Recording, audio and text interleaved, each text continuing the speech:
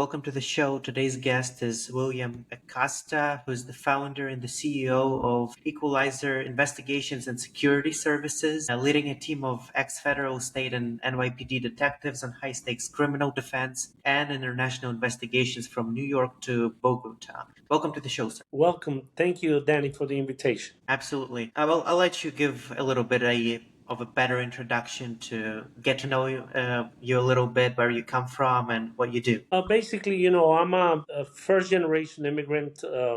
My mother brought me and my brother when we were very young out of Colombia, South America. And we moved to New York, where I went to school, and I joined the military at a very young age, at the age of 17. I did over a little bit over 6 years during the Cold War. And out of that time, most of my time I spent it in Europe. And after I got out of the service, I was already married. I had a daughter, and I went back to New York, and I worked for a while at the United Nations in the security office, and then I was recruited to work with the U.S. Customs Service for an undercover assignment. After that undercover assignment, I was transferred to the Los Angeles office, but my new assignment was going to be in Oakland, which was very far. And I decided not to take it. I got out, and then I had my application in for the NYPD, and I worked at the NYPD for a while. And then after 10 years, I opened up my own company. And since the year 2000, and now in 2025, I have been working for myself. And what's your company doing? From what I understand, it's something like private investigation or along those Right. lines. What we do is we do criminal defense on both state, federal, and international cases when it's dealing with people being accused from anywhere from uh, small crimes to homicide, money laundering, narcotics. So when they're being accused and maybe they're going to get extradited from another country. And then I also got involved in a lot of litigation, human rights violations, uh, large cases that have pending cases in United States courts. One of those cases being the Chiquita Brand International case, which is the banana company that got involved with the paramilitaries in Colombia and allowed their ports to be used to smuggle weapons to fuel the war against the leftist guerrillas. And based on that, the case just started a couple of months ago in federal court in Palm Beach, Florida, and they did 9 bellwether cases that to see how the rest of the cases, because we have over 10,000 victims that got murdered by the AUC, and those lawsuits are pending. They awarded the 9 families $38.3 million, and Chiquita is appealing it, and it's in appeal right now. After that appeal gets decided, then the rest of the cases will continue. So this is something that you're actively working on right now. Yeah, I've been working on that case going on 18 years. Wow. So it's a pretty long story. Very long story. A lot of where you see the worst of people, meaning the way that they treated a lot of the peasants and a lot of the workers in the farms, where they will come in with list in hand and will pull them out of the work line and shoot them execution style, cut their bodies up with chainsaws. And this has been happening in Colombia. It's happening in Colombia. If you go in the internet and you could read about the case, it's a very interesting case. Can you give a little bit of a backstory on this case, and just for the listeners who don't really know much about Colombia or this particular case, because it sounds very, very important with a lot of casualties and a lot of parties Yeah, playing. basically, Colombia has been at war almost for 55 years. You have leftist guerrillas and you have various groups. Some of the groups that were operating and are still operating today are the FARC, and the FARC went into a peace accord. The FARC was controlling a lot of the areas in a lot of regions in Colombia. So the ELN had another part, and the M19, which President Petro was a member of before he became a political figure. The M19 was also a leftist guerrilla group operating in different towns and cities in Colombia. The farmers and the people with money decided that they needed their own private army, and the birth of the what is known as the AUC, the paramilitary, right-wing paramilitary groups, started forming themselves, and there was a war that had different angles. Meaning, it was a war to get rid of the leftist guerrillas in the towns, so the rich people could go back to their farms and people could stop being kidnapped by these groups, including military people that were held for years in the jungles of Colombia. And there was no end to this. But what happened was, after a while, they started doing what was called a security offices known as convivir, and the convivir were licensed by the Colombian state to provide security to corporations, one of them being Chiquita Brand. What happened with Chiquita was that there was a meeting in Casa Castaño. The Castaño brothers were well-known paramilitary leaders. One of the brothers started an organization before the AUC called the Tangueros, and the Tangueros started nonetheless because the Castaño brothers bought a column or an army, a part of a regiment from the guerrillas, and they became part of the Tangueros, which later on became the AUC. Everything was fine for a while, but then the AUC started doing what the FARC was doing. To be able to uh, go through this war process, you need money. So they started asking businesses to give them money so they could protect them, right? During that time, they also started dealing in narcotics, being Colombia being, the biggest producer of cocaine in the world. It was easy for them to get involved in the business. During President Uribe's time, Álvaro Uribe, he decided to, since the paramilitary had turned their weapons in and signed a peace accord, the big leaders were held in Colombian jails. One night, he decided to extradite all of the leaders to the United States to face narcotic charges. A lot of them are back in Colombia again, but there's a new resurgence of the paramilitary.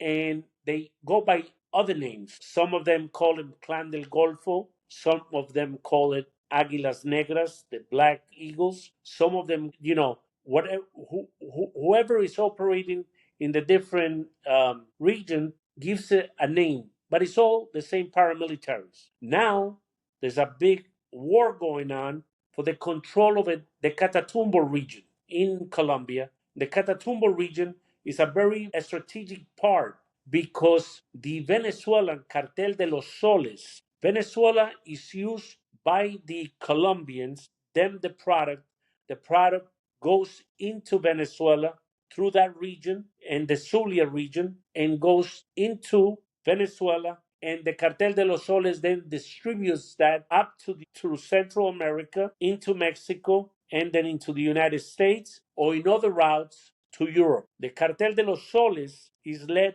by the Maduro regime, and most of the high members are generals. And why they call it the Cartel de los Soles is that they wear the insignia is the shape of a sun instead of being a star like in the US. So they call it Cartel de los Soles. That war has forced peasants in that region of the Catatumbo to go over the border into Venezuela, a country that has had a big migration, forced migration, because of the economic collapse of the Maduro regime. So you could imagine how desperate these Colombian people are, that they go in to look and go into a country that is in problems and their citizens are trying to leave.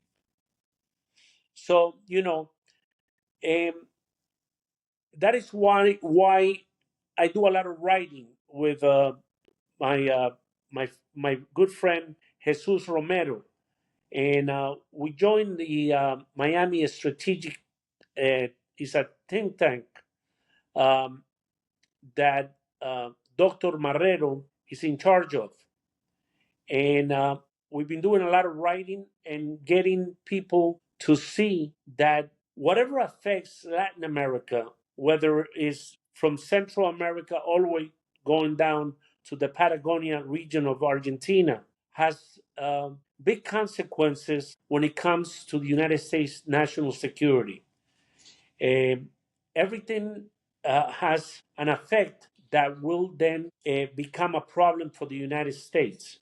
One of those problems is El Tren de Aragua, the Venezuelan criminal gang. And one of the problems with that gang is that it is not just a gang as people see it. It's not the 15 or the 16-year-olds stealing purses and phones in Manhattan. These people are paramilitary trained, and they got the training and everything from weapons to explosives for everything.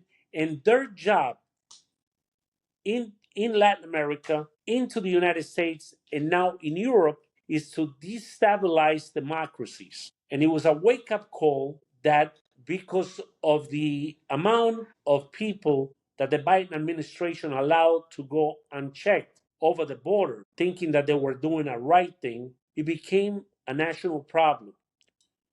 And now it's spreading into Europe because Venezuelans do not need a visa to go into Spain. So once you go into Spain, the whole European Union is at your feet. And if they think that they saw the last of them, I have news for them. They adapt. They are into all type of businesses. Imagine that they have in Colombia went into battle with the ELN. And the ELN is one of the major guerrillas you have right now. The former FARC is called the Nueva Marquetalia. And the Nueva Marquetalia, most of their leaders operate out of Venezuela. So they're not in Colombia. And when the army presses them, they go over the border into Venezuela and they have the protection of the Maduro regime. They deal with Maduro on a regular basis and his cartel de los soles in the cocaine trade, weapons trade, and influence trade. Also, they provide intelligence. In the other guerrilla, the ELN, is also a big narcotic um, a business partner with the Venezuelan regime. And they also live part of the time in Venezuela, and then they cross over to uh, Colombia to do their operations. So all you have is just the regular soldiers that mean nothing. If they get killed, they get replaced. But the heads are not presently in Colombia. You have a problem because they get issued passports by the Venezuelan government, and vice versa. In Colombia, you have Venezuelans that cross over, including intelligence agents from the SEBIN, from the former FIS, from all of the intelligence apparatus and law enforcement apparatus, the DEGESIN, which is the military intelligence, and they go do operations in Colombia. And in the last case, they caught over 32 people with Colombian documents, but were actually Venezuelans. So when you have these leftist governments working hand in hand with one enemy, which is the United States, we have a big problem. You can't keep and try to put a finger in the sun and the sun won't come through. The light is shining all over, and all of these problems are, becoming worse and worse. You know, um, I think that uh, President Trump is doing a great job with the people that he appointed. you know, in his administration, including uh, the Secretary of State Marco Rubio.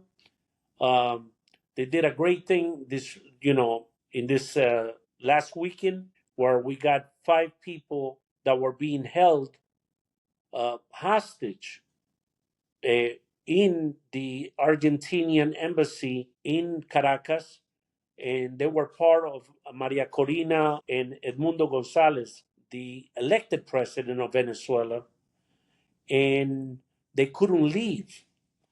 They were surrounded by military people, by intelligence people, and parallel to that, Maria Corina, uh, the political leader, had her mother also in the same circumstances. Parallel to that, they were also able to get her mother into the United States. So 6 people got, saved and brought into the United States safely by a very delicate operation. Now, let's not forget that there are over 200 and something people, including approximately 9 Americans that we know of, that are being held as illegally detained individuals. A couple of months ago, an emissary sent by President Trump was able to get 6 Americans back to the United States, but 9 of them are there, and we need to get them back home. It is imperative that the people that are being held, no matter what country they're in, that we do our utmost to bring them home safely. Because you cannot just travel and think that you're going to be safe, and all of a sudden a rogue government takes you and puts you in one of their jails and tortures you, and then the international community remains silent. Plus, you have thousands of Venezuelan citizens that only for protesting or for speaking about what happened in the elections that Maduro did not win are now in jail, including very young people and people with medical problems that are not being given their medication. Some of them have died in their custody because of the lack of medical attention that the regime is giving them. Um, and the international community writes a lot of big reports. The United Nations talks big. All of these big uh, organizations write beautiful reports and say, yeah, they killed so many people in Colombia, they killed so many people in Venezuela. But it's just a report. But they don't bring these people to justice, meaning who has the authority to bring a non-elected official, somebody that doesn't have diplomatic immunity, that is holding a country hostage? Who has the authority in the world to bring him to justice if they have already been indicted in absentia? If they have already been indicted, right? What is the problem of going to get them? That's what I don't understand. You know, uh, and I ask that question in a lot of my when I write, is to bring attention that when people die, they don't die until people forget to talk about them and people forget to mention their name, right? It's the same thing of these people that are in jail right now in Venezuela and in Colombia and in a lot of places, held against their will, without being tried, without having committed a crime, or with bogus charges on top of them. Who speaks for them? Who is going to keep their memory alive? It's very easy for us to turn off the TV and forget that there is people suffering. Those Americans that are there, and those Venezuelans and those Colombians that are held by these groups or by these governments, right, need voices, need people to continue putting pressure on their political leaders and on those organizations that write these beautiful reports for us to come to a conclusion. Everything that has a start has to have an end. But Cuba, for example, under the Castro regime, has been under them for over 50 years. When is enough enough? When does people suffering should be a wake-up call to the world? Because if it could happen to them, it could happen to us. People believe that we live in a glass protective sphere. We don't. And we have seen what these small gangs have done to our way of life. They just beat up a couple of police officers in New York. And who was doing the beating? 12 and 13-year-old migrants. And they cannot do anything to them because we have laws that says that if you're that young, nothing happens to you. So the elder gangsters send them to do crimes to keep the police busy on those crimes while they committing bigger crimes, and that's a problem. So I touch on all of these things, and I believe that the way the Trump administration is doing right now by deporting these people is important. Because if I go to China as an American citizen and I act the wrong way, they will throw me in jail and then they will deport me after they finish with me. If I go to Russia and act like an idiot, I'm going to go to jail and then they're going to deport me. So why is it that the world gets alarmed because the United States wants to do the same thing with people that first committed a crime to come into the country because they were not invited in, they were smuggled in, they broke federal laws. So when people say they never committed a crime, yes they did. The crime is crossing over the border without permission. That's the crime. That's a federal crime. So then they say you have liberal states. Oh no, we got to give them computers. We have to pay hotels for them. We have to give them love because they very misunderstood. That's not our job. That is not the government's job. The government's job is to protect their citizens, to protect the citizens that pay taxes, to protect.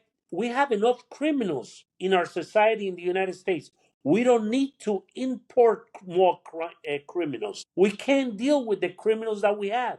We're going to allow other criminals to come in to join their ranks. So we have anarchy in the streets. When a person decides to beat on a police officer, no matter in what town or city in the United States, no matter what age they are, they need to be held accountable. Accountable is if you're young, then I'm going to call your parents. I'm going to put them in the first plane with you, since I cannot put you in jail, and throw you out of the country because you're not welcome.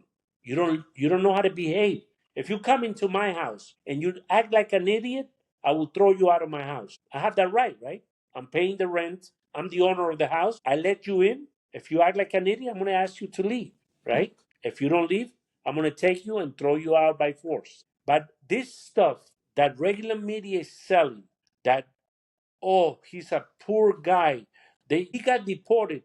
Yeah, he was an MS-13 member. Yeah, he was involved in homicides, but he has an American daughter, and he should be let back. No, let the American kid go live in El Salvador with the mother, or make the choice and stay in the United States and go on vacation to see their father. I applaud what the president is doing, what his entire administration is doing. The world lost the respect for the United States. We were made fun of all over the world because in one hand we say we do this, and in another hand we give money to the same people and weapons to the same people that are going to use those weapons and the money to kill our own soldiers. How can that be right? How can we continue to give millions of dollars to NGOs to utilize that money, and we don't know what they're utilizing it on?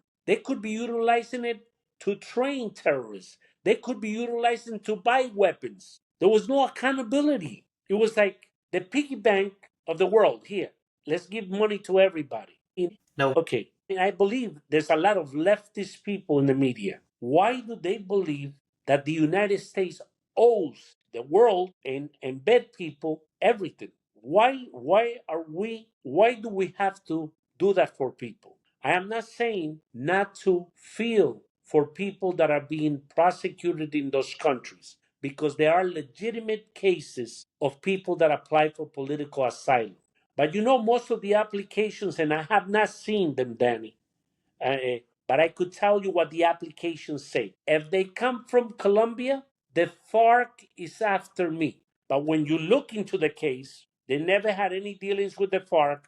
They had no political involvement. So everybody that comes in, Maduro is after them. Diosdado Cabello is willing to kill them. No, the real people are people that were involved politically, people that are from protective um, because of their sexual preferences, religious prosecution, or people that testify against those regimes. But you cannot tell me that if you allow 5 million people into a country, 3 million people into a country, that they all have political asylum status. Impossible. Impossible. And I don't have to be a politician, or I don't have to be a Harvard graduate to realize that they pulling the shades over our eyes under this assumed proposition. And one thing we have to be careful with, Danny, and is that somebody's proposing to give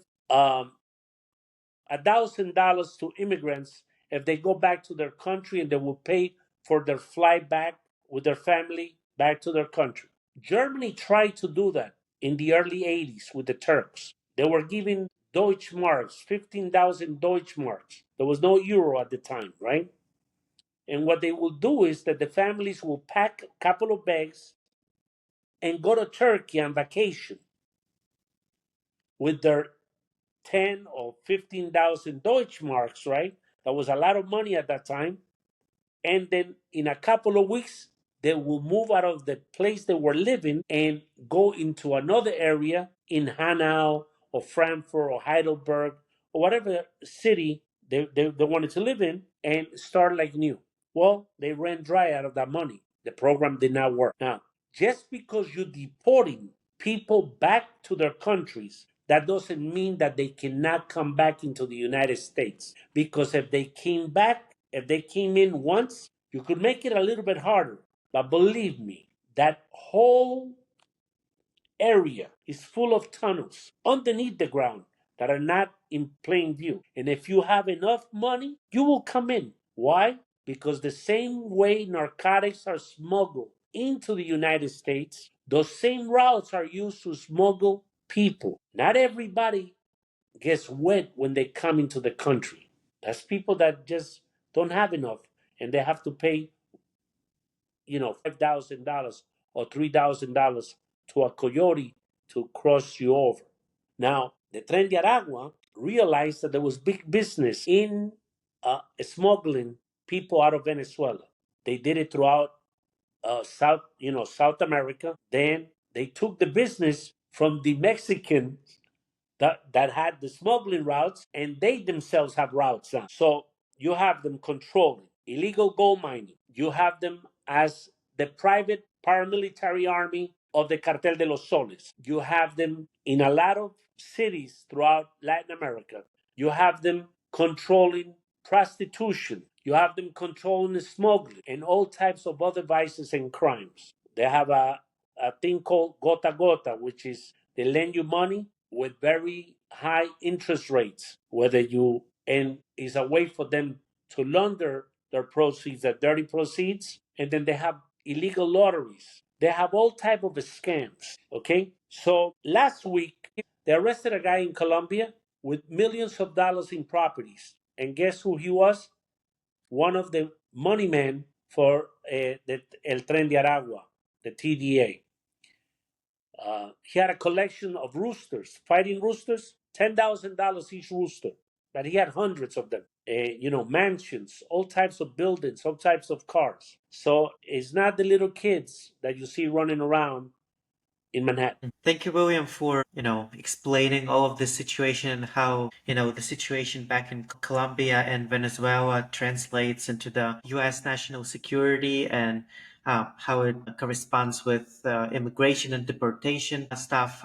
Definitely something to be aware of, and I really appreciate you telling this story and insights and what you're doing. I'll leave the link to your LinkedIn and other media where you do your writing with your business partners. Yeah, if your listener check out the some of the pieces that they write, definitely important stuff. Thank you, sir, for coming to the show. Thank you, Danny.